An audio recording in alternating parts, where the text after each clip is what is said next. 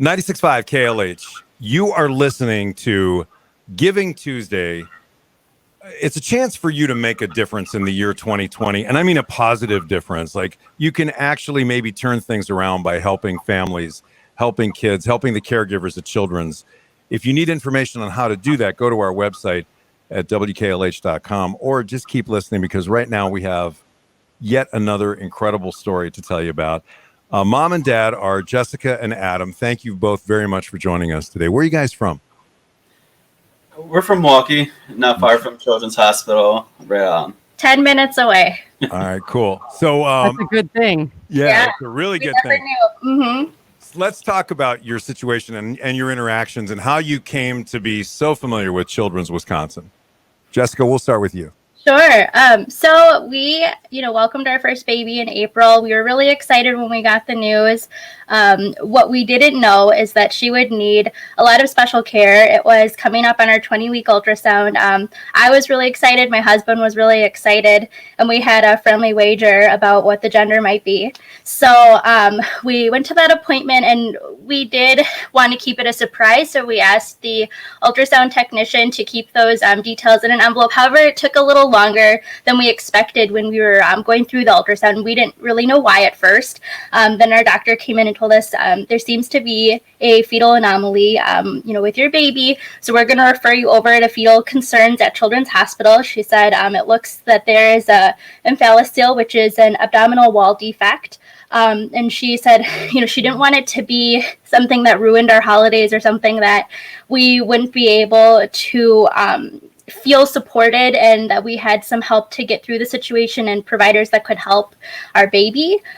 So we were scared and it was really hard at first, but then we met with the Fetal Concerns team in January and they gave us a really good rundown of everything they're prepared for, from the best case to, what could possibly happen, that, really upfront with us with details, and it made us feel a lot more at peace. Like we had a care plan, and then when she arrived, everything happened just like clockwork so beautifully. My husband was able to go with Ysabel right away to get placed in the NICU, and it was just a world of relief because up until that point we had no thoughts about anything that could possibly be wrong.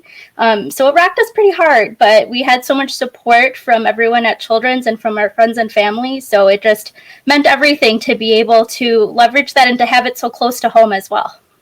So she was born, this was just this April in 2020, like during coronavirus and the pandemic. How did that affect all of this? It was stressful, to say the least. We were allowed to visit her one at a time. So we were like clockwork, we're taking shifts and spending as much time as we could with her.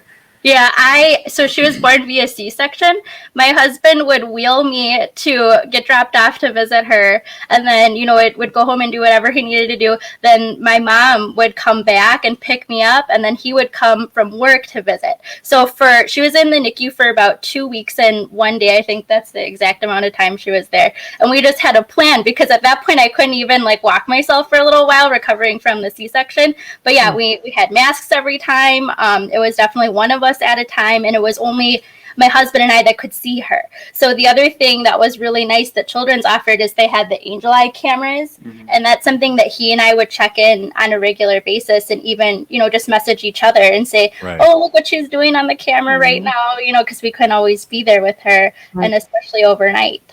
So how did they explain to you as parents what you were going to be dealing with? Because you already explained that they did a great job in letting you know what the game plan was going to be and exactly what was going to happen, and it all happened the way they said it was going to. But how do they prepare you for what your little one's going to have to go through, and psychologically, how did they support you as parents?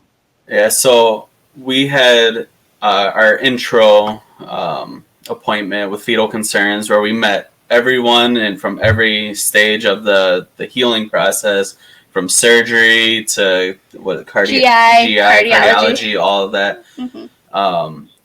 They gave us they basically told us everything from best case to worst case scenario. They gave us their best estimation as to what we could expect, the likeliness that something could go wrong, and how they would handle that if something were to go wrong. They were really candid with us. They didn't paint an overly rosy picture. They were very honest and straightforward. They made time to listen to all of our questions. They understood the emotional weight of it. They definitely made us feel like we could be ourselves. They didn't make us feel like we were talking to a wall. They were very responsive to any questions that we had, even after we met, and we're thinking about things on the back end, digesting through the whole process. When we first met with Fetal Concerns, and then when we were in the NICU, if we had questions during the day, we knew that we could reach out to them. And then even now, so now she's home and she's doing really well, but we also have a whole team of people that sees her on a fairly regular basis.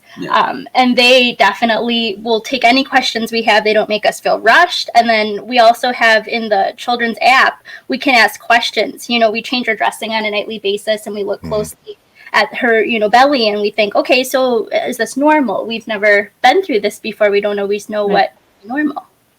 Yeah, they gave us everything we need basically to support her. They trained me on the dressing changes. He's a pro. He's really good. Stages of it up to this point. Like she said, they have the app on her phone where she gets almost immediate feedback, which is great.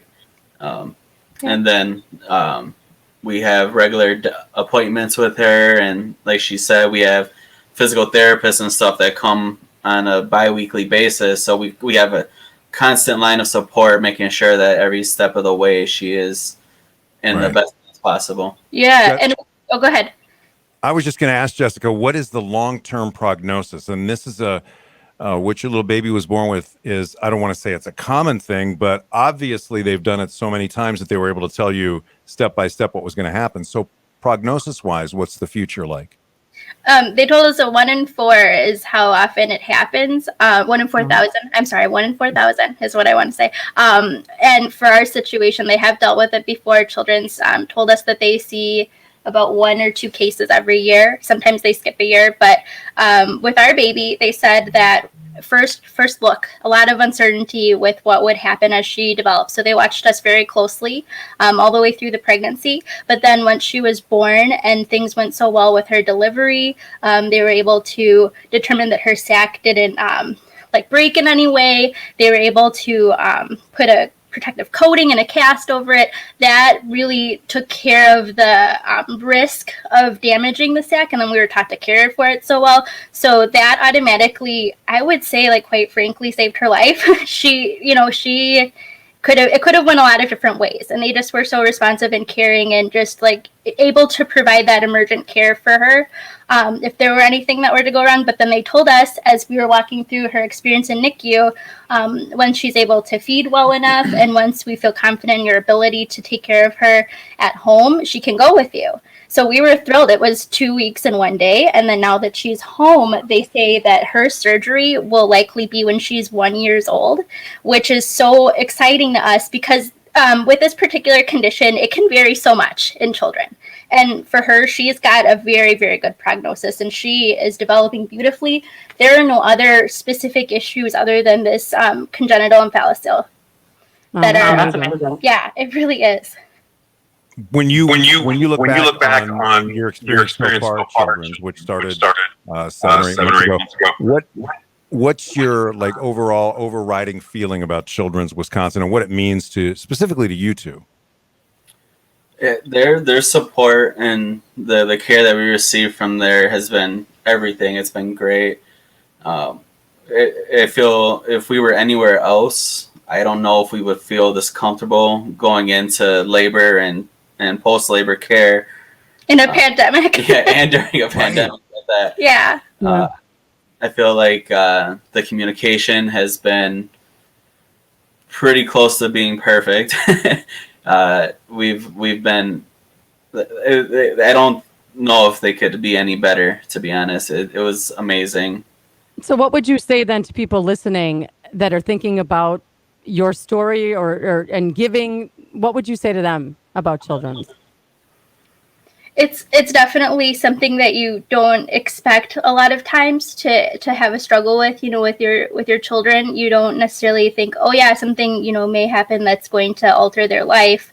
But if you get either a prognosis or if something does just happen, the professionals there, the doctors, the surgeons, the nurses, everyone is so competent and so prepared. And on top of that, they're so able to provide that bedside manner, that just really special feeling that you're heard. And that's something that I didn't necessarily expect. My husband and I were surprised with Ysabel's diagnosis because neither of us have had any really specific medical challenges in our lives. So, being hit with that, we just were so overwhelmed at first.